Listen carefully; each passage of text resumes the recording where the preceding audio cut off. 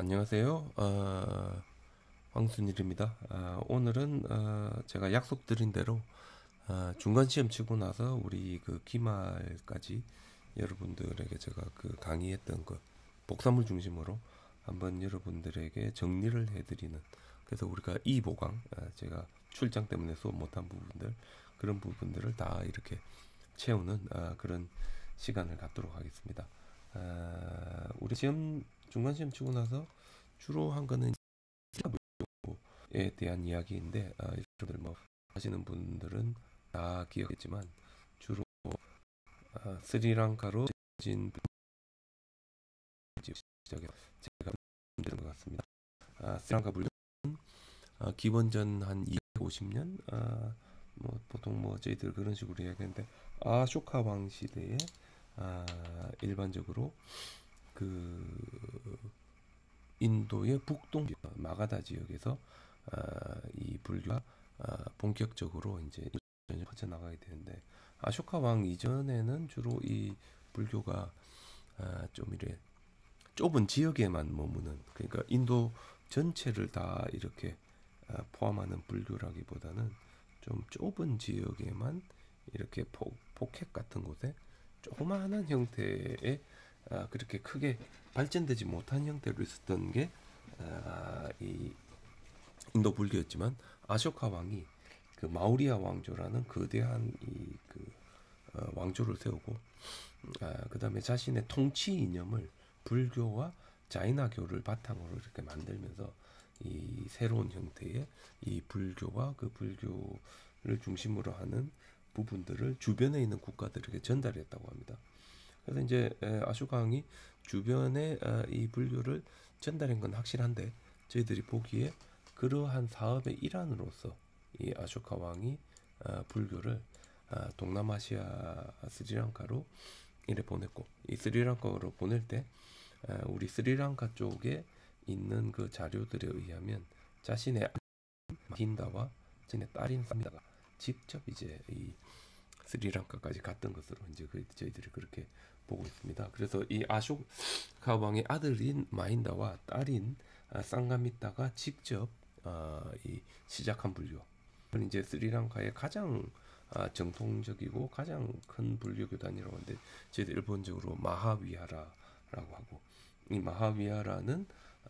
쌍가미타가 전해준 보리수 나무와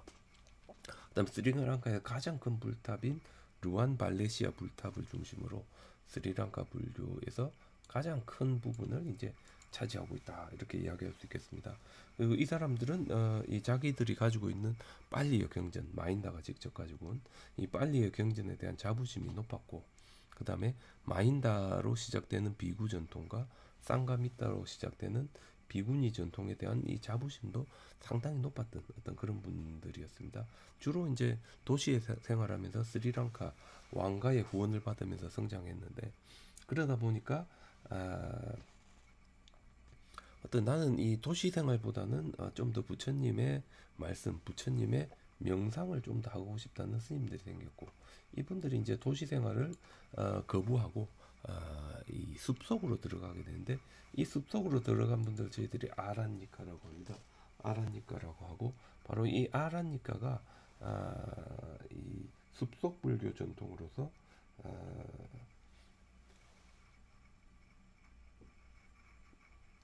좀 더 이 그 수행과 이 공부를 중심하는 분들, 그래서 아라니카가 이제 새로 하나 더 생겼다, 이렇게 이제 말씀드릴 수 있겠고, 이분들은 수도에 있기보다는 주로 이제 그 도시 외곽 아니면 스리랑카 중부의 이제 산악 지역에 이제 주로 머물렀던 것으로 보입니다. 근데 이제 이 스리랑카 불교가 이 하나의 부파만 있었던 건 아니고 조금씩 분열하게 되는데,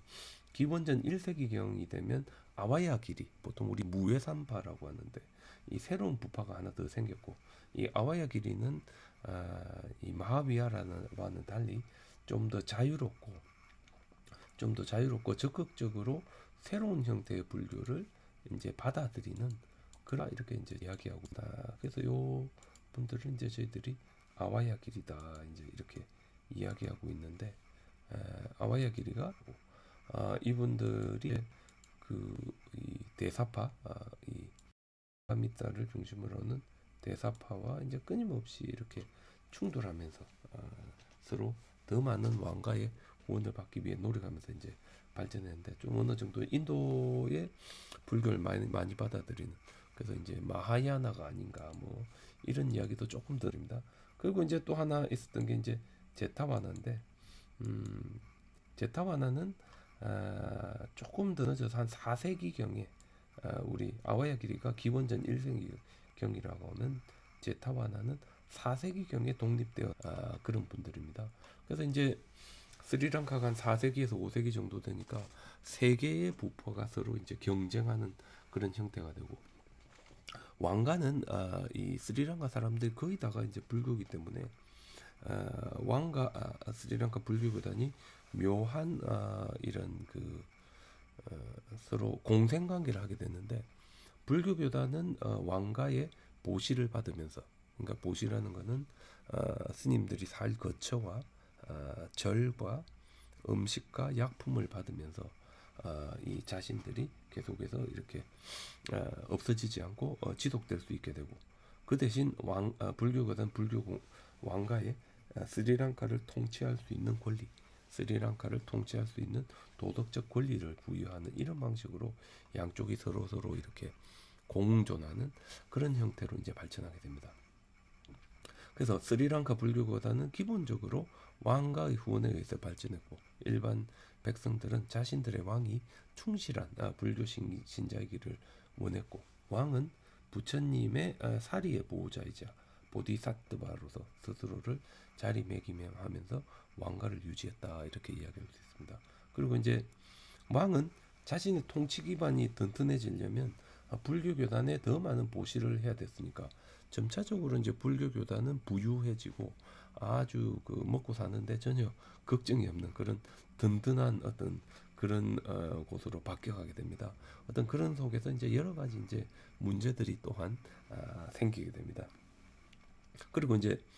간혹가다 정화라는 이름으로 부패한 성녀들도 몰아내고, 이제 다양한 일들이 왕가와 불교 교단 사이에서 이제 일어나게 됩니다. 그리고 이제 이 마하비하라는 이 당시에 이제 이렇게 다양한 부파들이 생기니까 조금 이 위협을 느끼게 되고, 결국 이제 마하비하라가 다양한 자신들의 불교 교리를 정리하고 빨리 경전을 정리해서 부다고샤라는 유명한 스님이어가지고 오늘날 남방불교의 틀을 만드는데, 이게 보통 기원 후 한 4에서 5세기 정도 됩니다. 근데 이제 기원 후 한 9에서 10세기 정도 되니까 남인도의 그 시와신을 믿는 촐라인들의 침략을 받게 되고, 스리랑카는 오랫동안 이 힌두교 중에서도 시와신을 믿는 촐라인들의 지배 속에 이제 들어가게 됩니다. 한 70년 정도 촐라인들이 점령하게 되는데, 스리랑카를 이 시기에 조금 뭐 많은 문제들이 조금 이렇게 생겼다, 저희들이 이렇게 이야기하고 있습니다. 제일 중요한 거는 그 시기에 비구니 교단이 이제 사라져 버리게 되고, 그 다음에 많은 이제 불교 사원들이 파괴되고, 도시 지역에 있던 스님들이 큰 고초를 겪게 됩니다. 왜냐면 주로 촐라인들이 도시 지역에 거주했기 때문에. 따라서 도시 지역 불교는 쇠퇴하고, 그와는 반대로 숲속으로 있었던 아라니카 스님들은 상대적으로 자신들의 형태를 유지할 수 있었고, 11세기, 12세기가 되어서 스리랑카가 이제 국권을 회복하고 폴론나루와에서 새로 스리랑카가 독립했을 때 바로 이 아라니카 스님들이 중심이 돼가지고 스리랑카 불교가 복원됩니다. 근데 이 아라니카가 기본적으로 이 마하위하라에 속하기 때문에 스리랑카 불교는 마하위하라를 중심으로 복원되었다라고 할 수 있고, 그 다음에 이 아라니카가 파라크라마 바후 같은 이제 왕을 중심으로 자신들의 이 교리와 모습을 정리하고 전체 스리랑카 불교를 개혁해가지고 이 중세 스리랑카 불교를 열었고,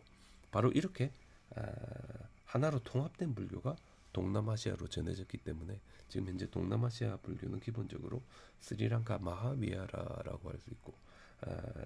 그 외 아와야길이나 제타와나는 전혀 보이지 않는 그런 모습을 보인다 할 수 있겠습니다. 근데 흥미로운 거는 이렇게 이제 11세기, 12세기에 스리랑카 불교가 이렇게 개혁이 되지만 1500년대가 되면 스리랑카에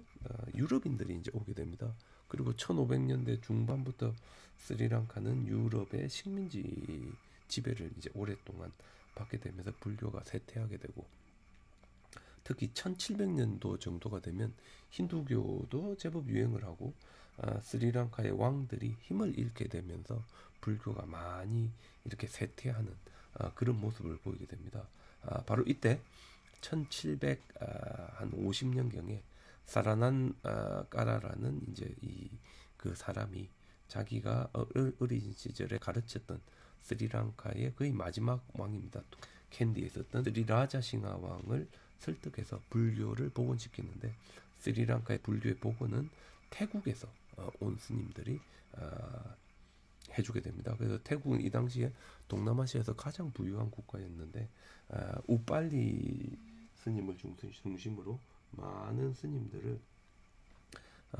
이 스리랑카로 보냈고, 이분들이 이제 스리랑카로 와서 이 불교를 복원시키는데 큰 역할을 했고, 바로 이렇게 해서 오늘날도 스리랑카의 가장 큰 불교 부파는 시암 니카야라고 해가지고 스리랑카계 부파가 되는 것으로 이제 보고 있습니다. 스리랑카계 부파가 되는 것으로 저희들이 일반적으로 이야기하고 있고,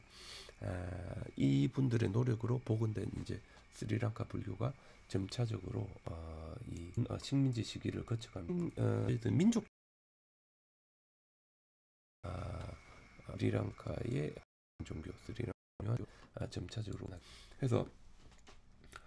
스리랑카 불교가 이제 동남아시아로 오게 되는데, 기본적으로 동남아시아로 온 스리랑카 불교는 제가 방금 말씀드렸지만 일반적인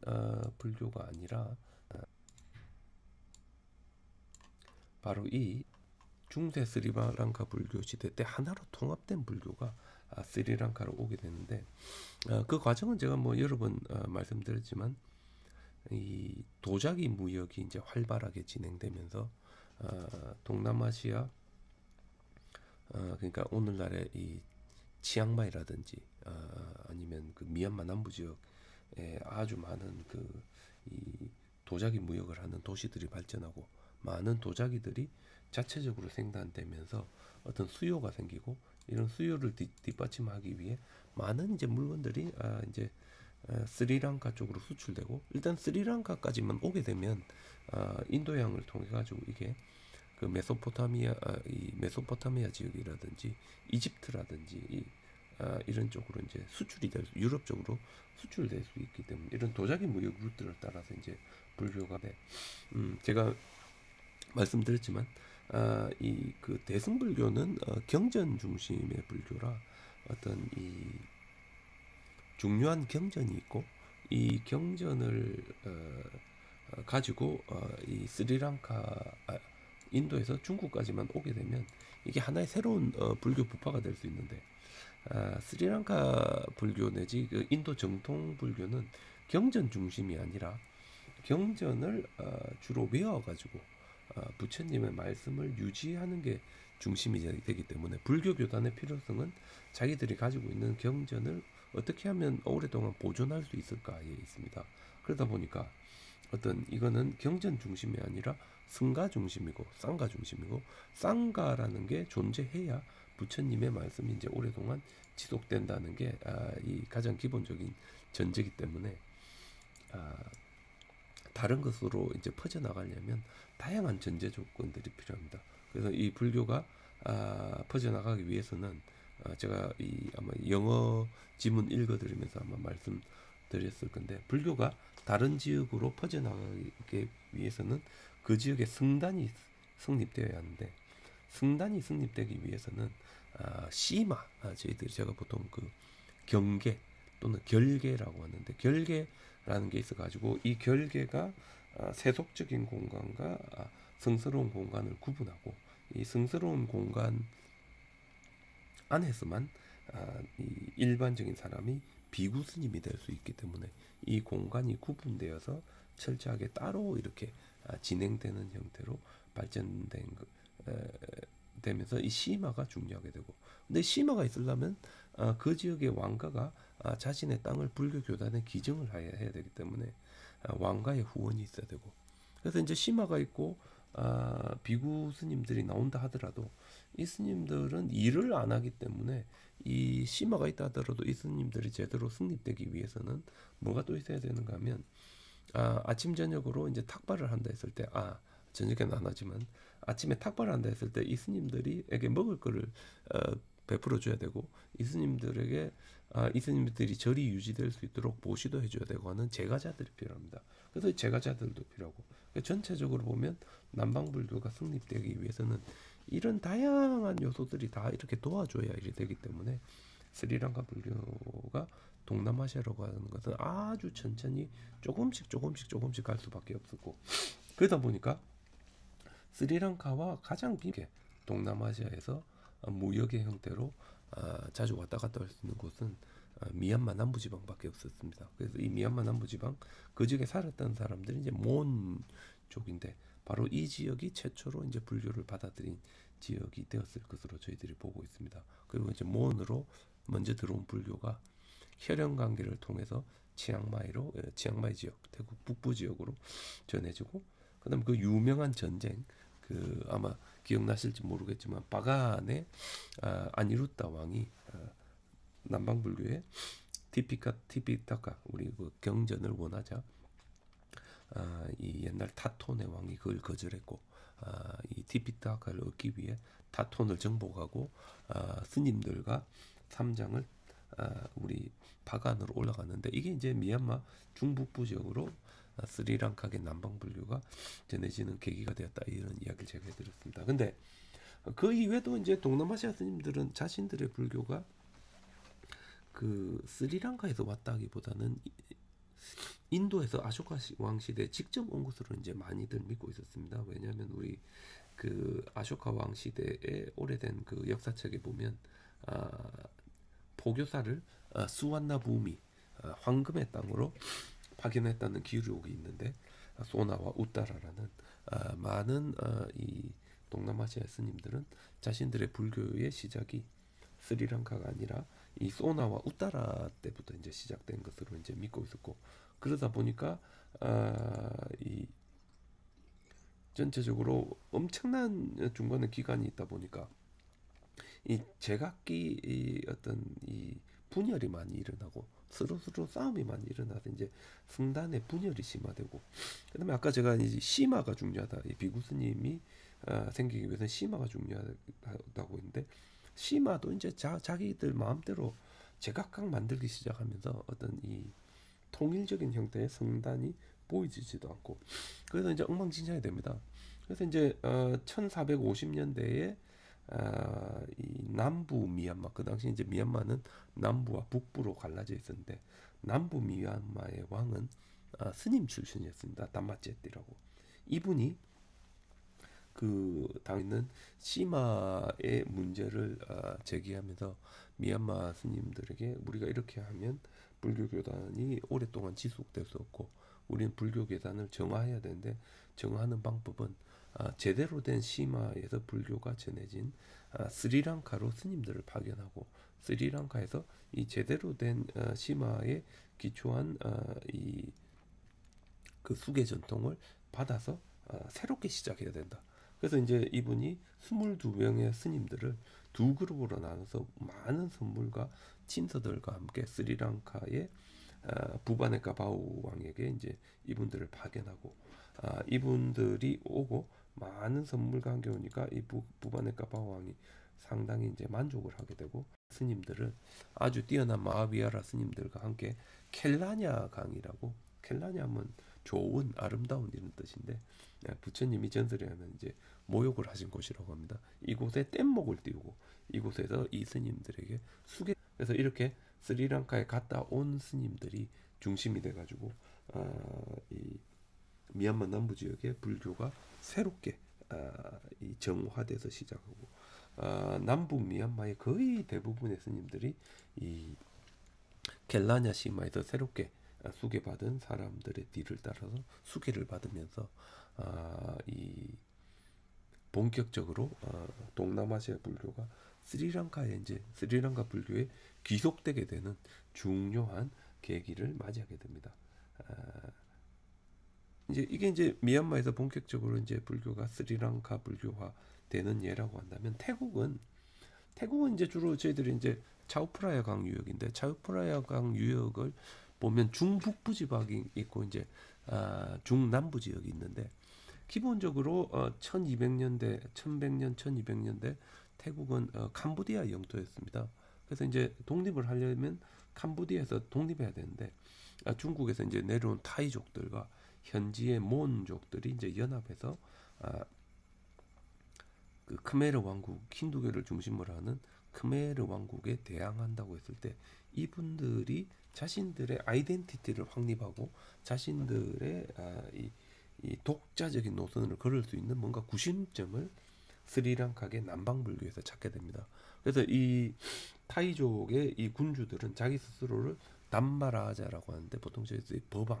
그러니까 불교를 진흥하고 불교를 보호하는 것을 자신들의 책무로 받아들이는 왕으로서 그 신을 대신해서 이 땅을 통치한다는 이제 그 힌두교의 이제 왕들과 대비되는 아주 인간적인 모습으로 점차적으로 독립을 하게 됩니다. 그래서 가장 먼 곳이 제일 먼저 독립하는데 수코타이는 차오프라야강 중북부 쪽에 앙코르 왕국과는 멀었기 때문에 제일 먼저 이제 이 그 수코타이가 독립을 하게 되고 이 그 4대째 이 그 태국의 짜끄리 왕조의 4대째인 몽쿠드 왕이 이쪽 시사차 날라이에서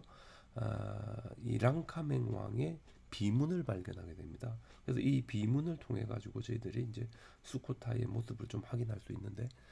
여기 보면 나콘시 타마랏, 그러니까 말레이 반도가 이렇게 쫙 내려올 때 이 말레이 반도와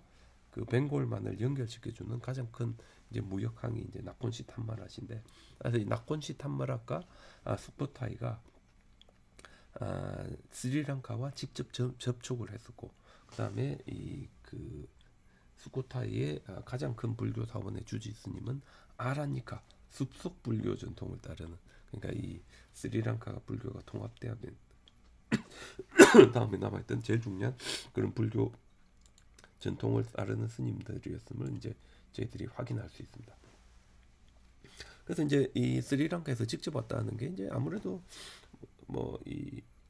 태국 같은 경우에 미얀마를 통해서 자기들이 불교를 받았다고 이야기하기 싫었기 때문에 아마 그렇게 했을 것 같습니다. 그리고 가장 이 동남아시아 특히 태국 같은 경우 가장 중요한 사건은 우송이라는 분이 아유타야를 건설하게 되는 건데, 우송은 그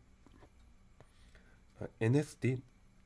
나콘시 탐마랏에서 차오프라야 강으로 올라가는 중간에 있는 아주 큰 무역항이고, 그 다음에 이곳에 가장 부유한 그 중국의 상인의 아들이 우송이었습니다. 근데 이분이 이제 이 타이족들이 이제 제법 많이 내려와가지고 차오프라야강 중하류까지 오게 되는데 수판부리의 그 타이족의 그 이 공주와 결혼을 하고,